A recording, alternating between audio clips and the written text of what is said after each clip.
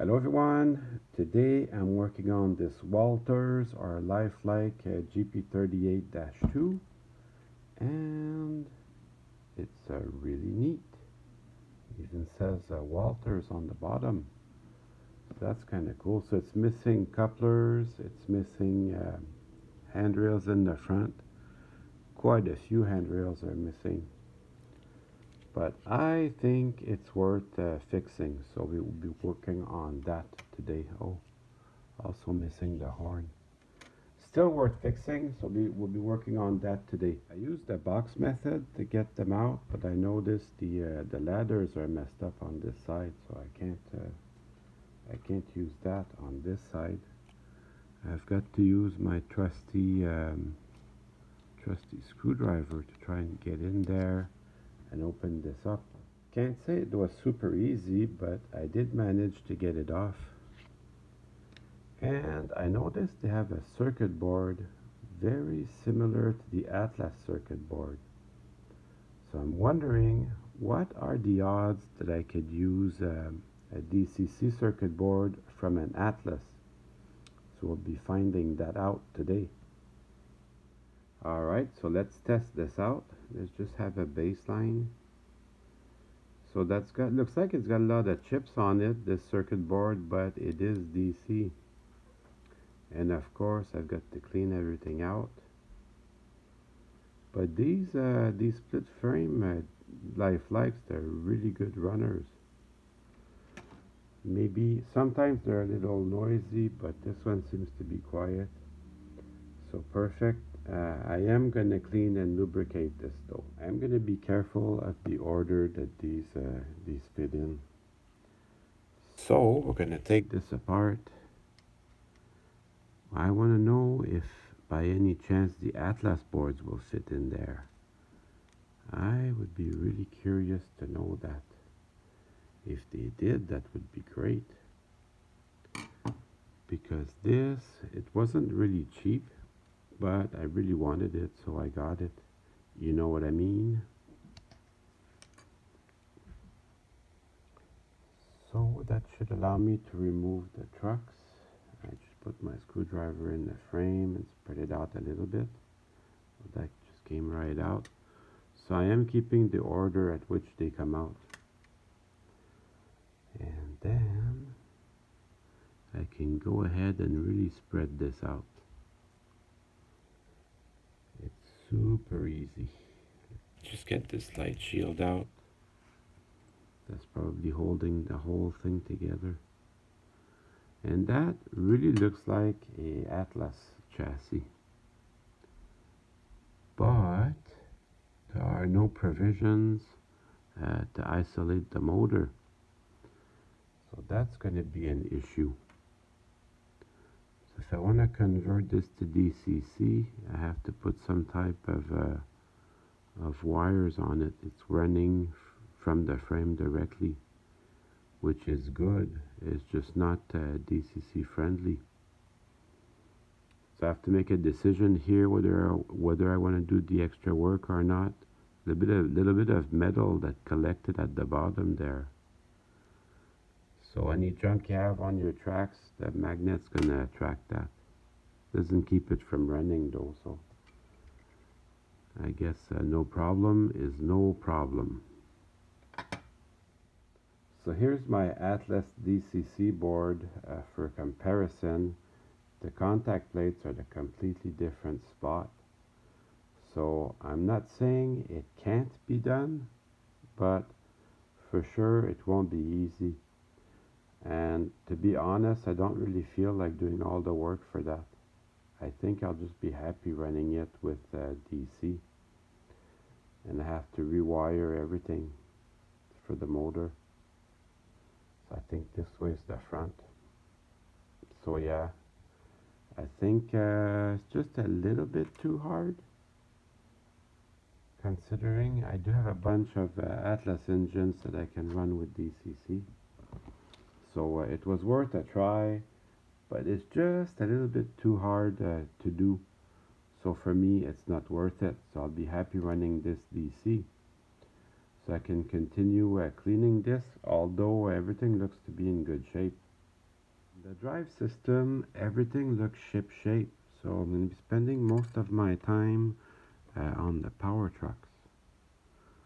So we'll just split this little guy up. I really like that they left the side frame in gray plastic. Adds a little bit of detail. On the XL&N family lines system, they were probably painted gray like that. Although they get grimy pretty fast, and you probably would not be able to see it after a couple of weeks. Oh boy, I better be more careful. This will probably still run fine, just doesn't look right. That's kind of sad. So I guess with the time the plastic became brittle. So I'll just crazy glue it back together. Stuff like that happens to the best of us. And again, it's a copy. Oh, there's a little bit of dirt in here. Again, it's a copy of Atlas System or Kato. It doesn't look overly dirty. It's not bad, but I'm still gonna take a minute to clean it up well. I like to clean the wheels with my rags. That is the best stuff. And then I'll clean it with my toothbrush and some dish soap. But that makes it squeaky clean.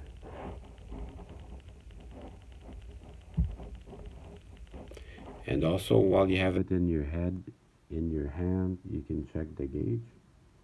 You can use your trusty Microtrains height gauge, which I will need to use because I have to replace the couplers on this. But you can also use a piece of track if you don't have the Microtrains height gauge. Use a piece of track like that. I like them to be loose like this, but you can see the gauge is correct, so no need to change that. And then I'll wash the gearbox with some dish soap. I will also wash the shell. I do it early in the process because I'm going to replace a bunch of handrails. There's going to be painting involved. I super like the way they painted the number boards on these. You know what? I'm going to go take a look at the real engine, see if I can find a picture online, and then I'll see if the number boards were white like this. Yep, took about a second to find a picture of it, and the number boards were white. Also, the L&N unit had the bell here in the back. They have it down here by the frame, which is still good detail. I kind of like these. Perfect. So I'm getting ready to put everything back together. Check the gauge. Everything's good. And then just line up your contact strips. Put the axles and their little bearing caps. Now that had quite a bit of lubrication. These contact strips, I just run my finger through them, and then that's good enough. There's a little bit of lubrication left over. I'm not sure if it's factory lubrication or if it's something else. I'm finding something binding in the gears a little bit. When I have a look under a magnification, it might be a piece of scenery foam or ballast that's stuck in there. So I have to go through every tooth to find out what the problem is, but I will. So I did find some stuff stuck in the gears. I go in there with my clothes pin, and I will dig everything out till it runs good. So it's running good now. So I'll put the side frames back on. It's nice to have your workbench set up like that. I have my sewing pins close by. I have everything I need. Although that does take up room in your house. So these are choices you have to make. But for me, it's worth it. It'll just snap into place. Check it again. And then if you're happy, you can move on. I'm going to work on the back truck next. So I'll wash the shell, I'll wash the fuel tank, and I'll do the exact same process on the back truck off camera. Since I have everything open, I'm going to do some lubrication on the worm gears. So just a drop of oil, that's all you need.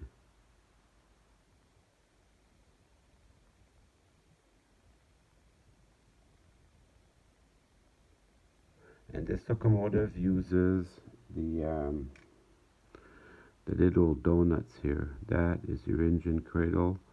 So make sure they're exactly in the right place when you close up the second half of the frame. I'm getting ready to put everything back together. So yeah, the circuit board goes in first. Goes in like that.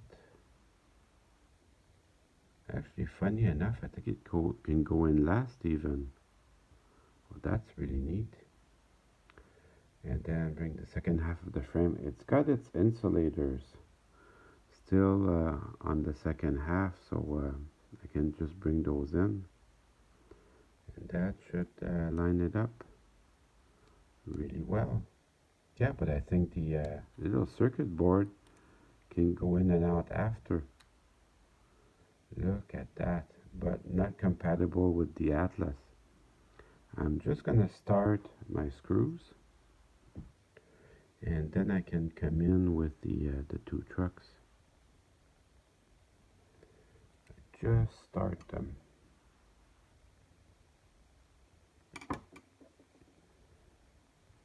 Everything seems to fit really well together, so that's good news. Yeah, Easter's coming up upon us, so I think I will title this GP38 Resurrection, just to give it a little bit of a Easter theme.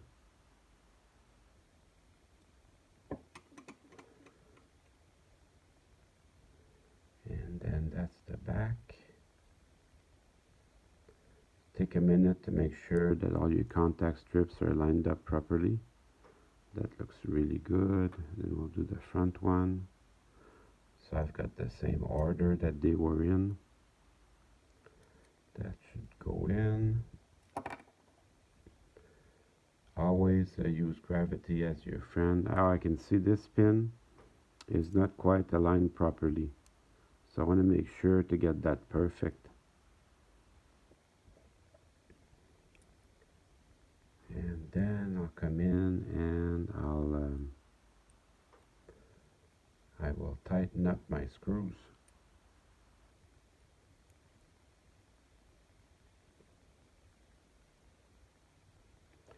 Once I get everything lined up properly.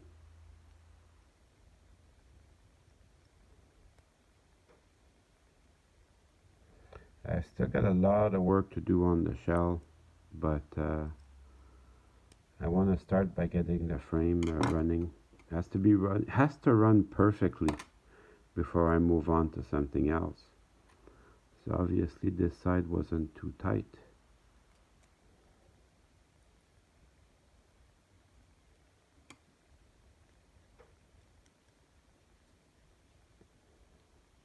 There, that feels much better. So the fuel tank will hold your contact strips properly. Just make sure you got them lined up perfectly before you put in your fuel tank. Everything looks good. I am happy with that. And then the fuel tank, the little filler nozzles, they will go towards the front. And you know, there's no extension here in the front because they put room for the little bell. Actually, that looks really good. Pretty happy with that.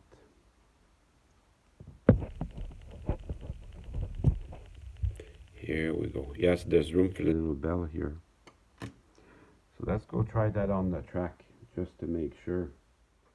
Let's just give it some power.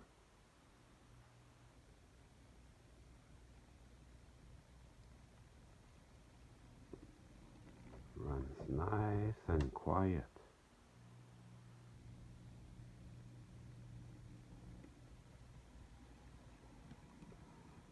Wow, that is really something. And that motivates me to do a good job on the shell. This engine is going to be something else.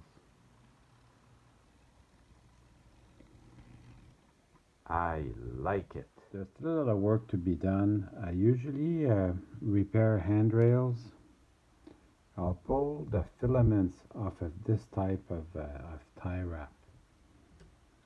There's a very small filament, very small metal strand in here.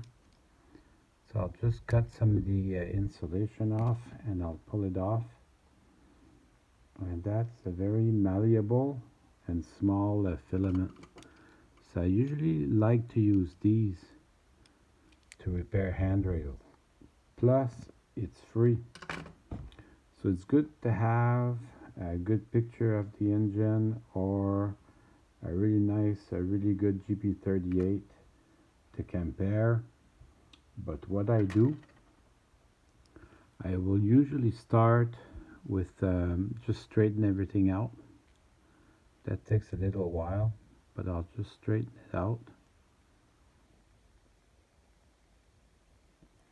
And then when I'm happy with that it's straight, I'll make just the one bend.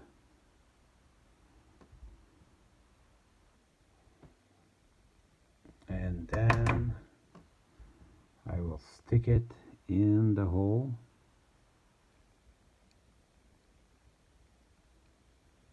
And I'll just keep bending it till I get it exactly to where I want it to go. I have the other shell to use as a guide. I'll just keep bending it to shape until it's done. Then one final bend and that will become my stanchion.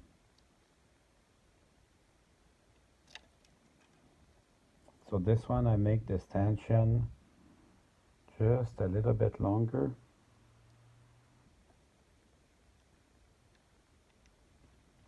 And then I will glue this together. I will give it plenty of time to dry, and then I'll come in with my snips and I'll just cut the top of it here. And then I'll remove everything, paint it, and then reinstall it.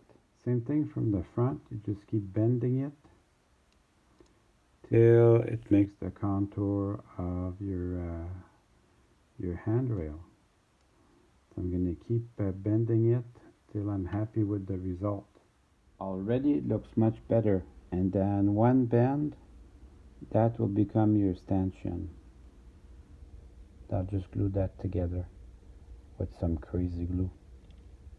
Because I want to preserve the very nice safety stripes here, I'm going to remove it to paint it. I'll paint it off camera. Same with the side handrails. This is the paint that I found should be pretty close. At this point, all the hard work is done. I just have to come in. I'll use my nail clippers. I'll use the nail clippers, and there's still some touch-ups needed. This is okay. So I'll use my nail clippers and I'll come in and remove the extra. And after that, I'll do the touch-ups. Touch-ups are done. How do you like that? That looks great. I will need to do couplers now. This was stuck in one of the coupler spaces. This was stuck in there. I'm going to reuse the screw from that. And this little coupler box, I don't throw them out. Even though the couplers are completely torn off, I don't throw the box out. If you have Bachmann Easy Mate couplers, they fit in there. Or I think these were Accumate couplers. Anyways, I will keep it for parts for later, and then I've got my good micro trains that will fit right in here. Easy breezy, Japanesey. And then I'm reusing the original screw. So that will be that. Just wanted to let you take a look at how good that pilot beam looks with the safety stripes. Now I can put the shell back on. And now it's time to run some trains.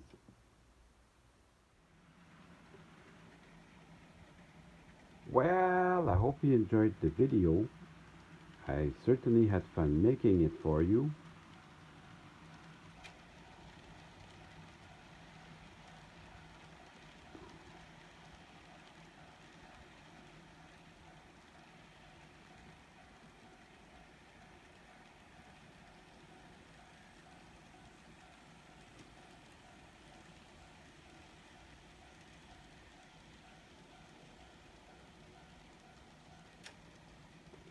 See you soon.